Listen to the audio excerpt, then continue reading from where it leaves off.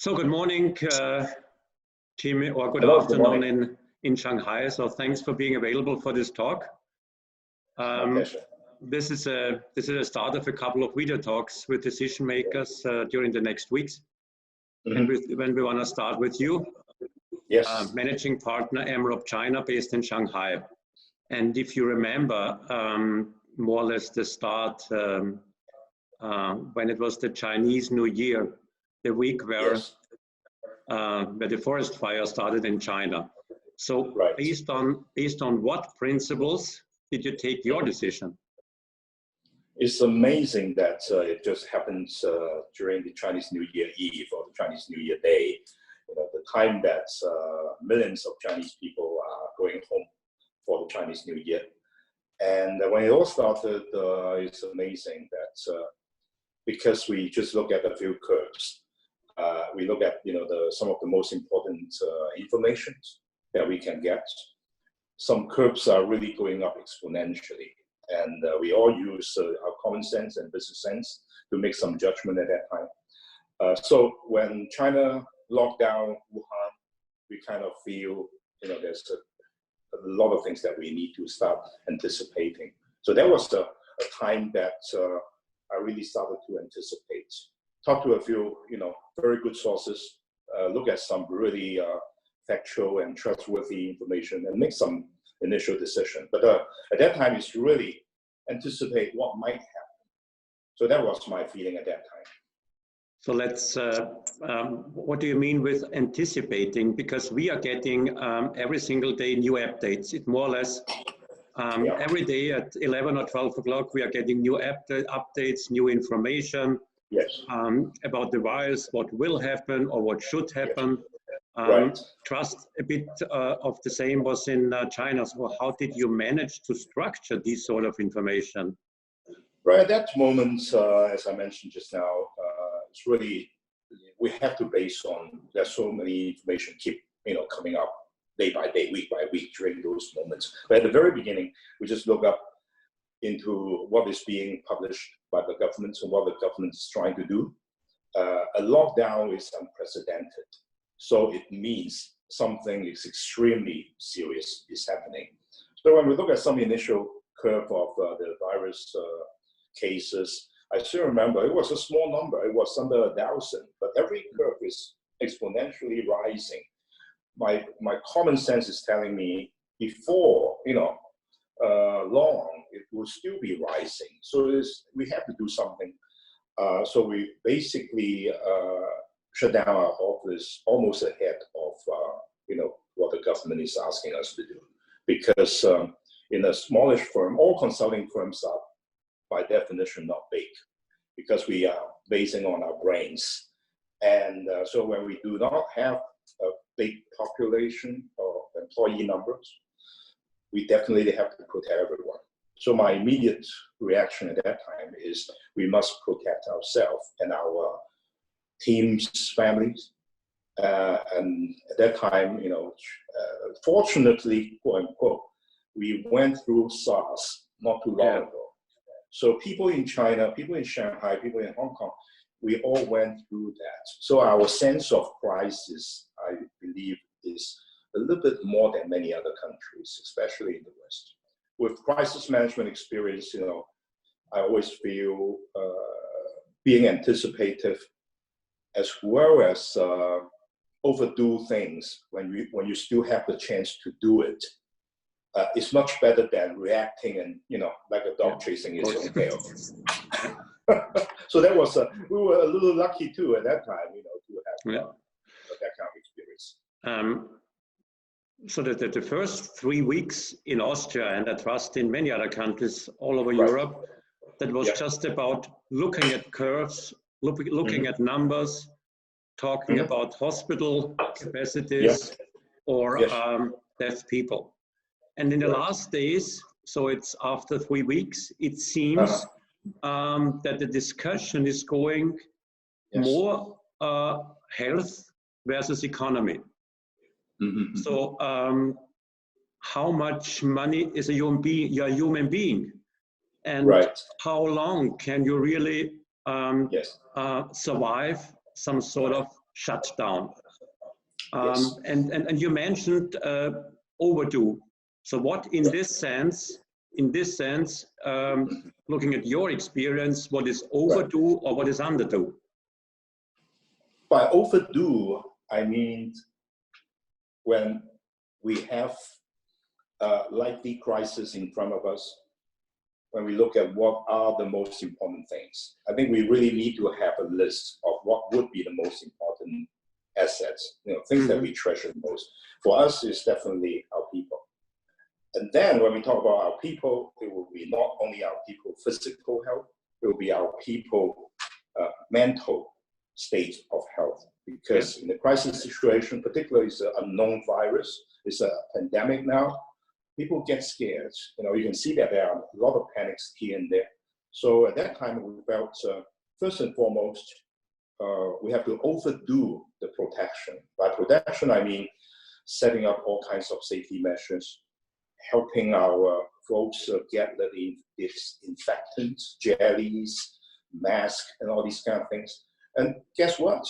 Within a week, it was in absolute short supply. That people were queuing everywhere, for the mask, which actually a couple of months later it happens in many other countries. But that already happens, here in China, Shanghai, Hong Kong, Beijing, everywhere. Singapore is the same thing. So we sourced masks and these kind of things globally. From LA, from Australia, from my friends, so all our team are trying to help each other by overdoing this. So at that time when we overdid that, the net effect is our people felt very confident. They felt reassured. So when we talk about health versus economy, I think this sort of discussion will never be balanced. Sure. But let's switch a bit more to economic questions. Looking back a couple of weeks or maybe a couple of days, which sectors have been affected most, or which sectors have been maybe even growing, or which sectors are now front runners after the restart button, if there are any? Can you give us just a bit of your view on economic facts? Yes. I think the worst hit versus the one that are doing quite well is pretty obvious, although I can elaborate a little bit. Everybody knows aviation, right? Airline, who I think there will be a great deal of bankruptcy and that's government is standing behind them. Everywhere, the whole world is the same. Hospitality, the hotel, my friends in the hotel industry, they are in single-digit occupancy. You can imagine 90% of the revenue is gone. So how are they going to survive? It's going to be a great deal of M&A down the road. Oil and gas. In a time like this, it's greatly affected banks, automobile. Who's going to buy a new car? So all these are hugely disrupted. Fashion. It's not time to care too much about how we look, and luxury goods. But these are the many, many things that I think all over the world we will see this different degree of disruption, but from 70 to 80% reduction of short-term revenue to probably at least half. And export-driven industry, anything that is apart from medical supplies, is going to be disrupted. Who can give an order to another country or to their supplier, when they are so worried about their own demand at this point. So this is the less favorable type of industry that we can see. On the other hand, the one that really thrives right now is, apart from the medical supply, is general healthcare, media, all the newest internet-related type, e-learning, e-commerce, food and beverage. People probably would buy more than they need, just to make sure that they stock up, in their garage, or in the kitchen. Yeah. So if we are talking to people around, more or less, a couple of people are telling you, "I'm working more than ever." and others are obviously telling you, I'm not working at all. So it's a bit of the industry. Yeah. And it's a difference between B2B and B2C, obviously. Are there any let's say front runners? Are there any companies who are more or less doing by far better the last 2-3 weeks, or is this too early? I think China is beginning to see, at least from a health standpoint, from a disease control standpoint, on the end of the tunnel. Although it's still risky to say because there may well be a second wave. Hong Kong is struggling with a second wave right now. It's all imported cases, and so is Singapore. But if you look at the bigger China, mainland China, we are getting better and better. We are getting more into restarting the factories, getting the people in place, people getting back to office, in a very gradual but orderly fashion and well in control. So I would say, at least from China's standpoint, the business or the economy is starting to come back. But the unfortunate fact is, had it been totally controlled within China, I think we will be seeing the V bounce back quite soon, probably by the end of this quarter or the second quarter. But now, when you look at the whole world, and in many countries, the good news today is that it looks like in some country, like Italy and Spain, is already starting to peak off, all right, which is a great news. But then, if you look at United States or the UK and some other country, the exponential curve still hasn't tapered off yet.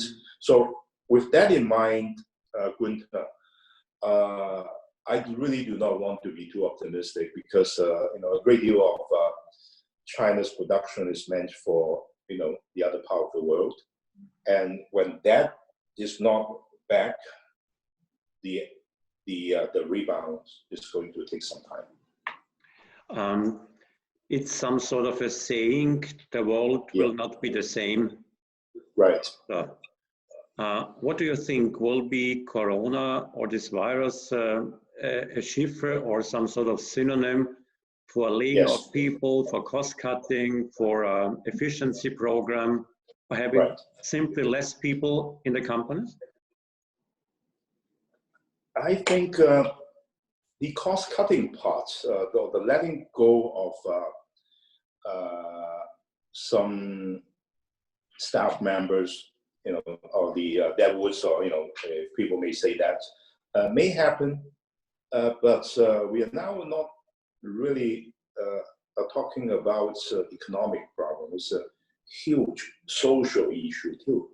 So if we look at the entire economic, social, and political situation, I would say it's not that easy anymore, especially in some countries, for cutting down the people number. I'm sure that, in your country and in some of the Western European country, the Netherlands, Belgium, Denmark and Switzerland, there's a tremendous subsidy for the government. France, I heard, to help the employer keep their people, because when there are mass unemployment, it's a humongous social and economic issue. So I would not emphasize too much, because that kind of period of thinking probably is gone.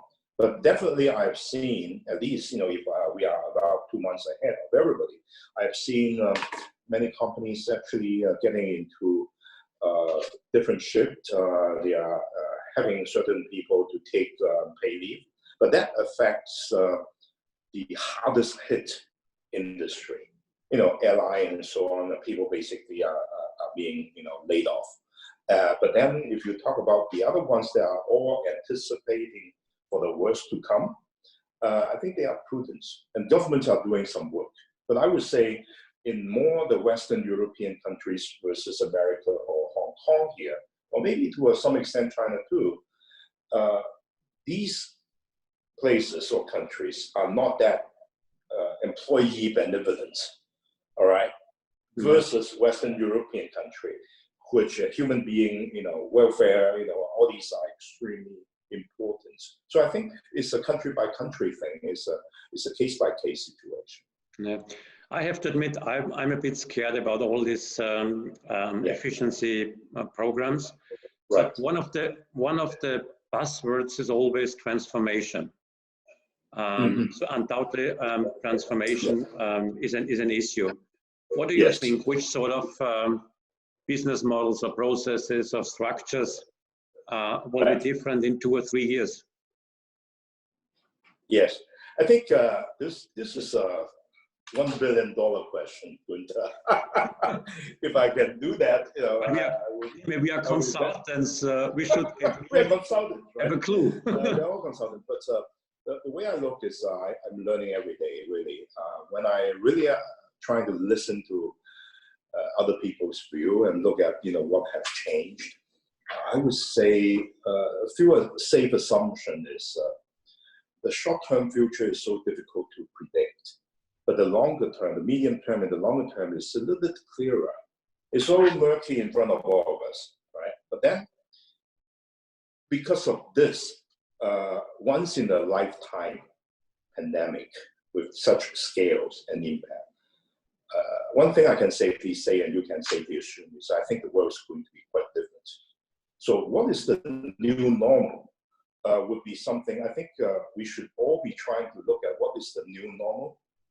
And see it case by case. Case by case means business by business and country by country.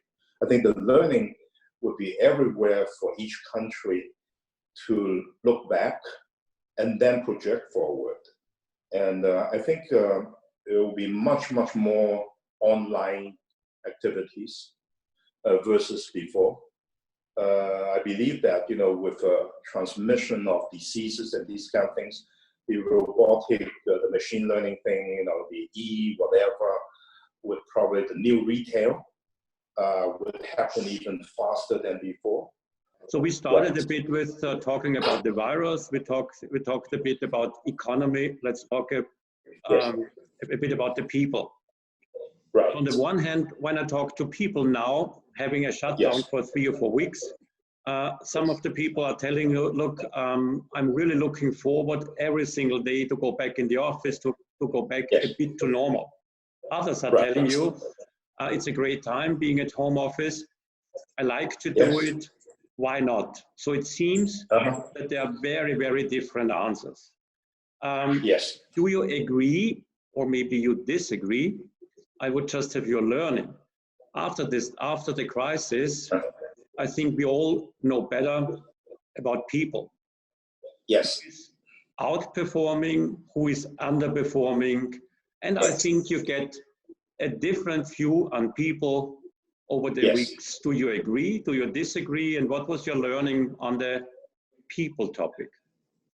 Right. I do agree. I think in a way, when people are all working from home, in a time like this, who is being very proactive, who is very motivated, who is very disciplined, although you are not sitting together, when these people are raising hands, when these people are sending out all the messages in the social media and the new groups that we are, getting ourselves into, working with each other more effectively on the internet, you see those who are really participating, those who are raising their hands all the time. Any sort of specific view on leadership? So what is really decisive in your view?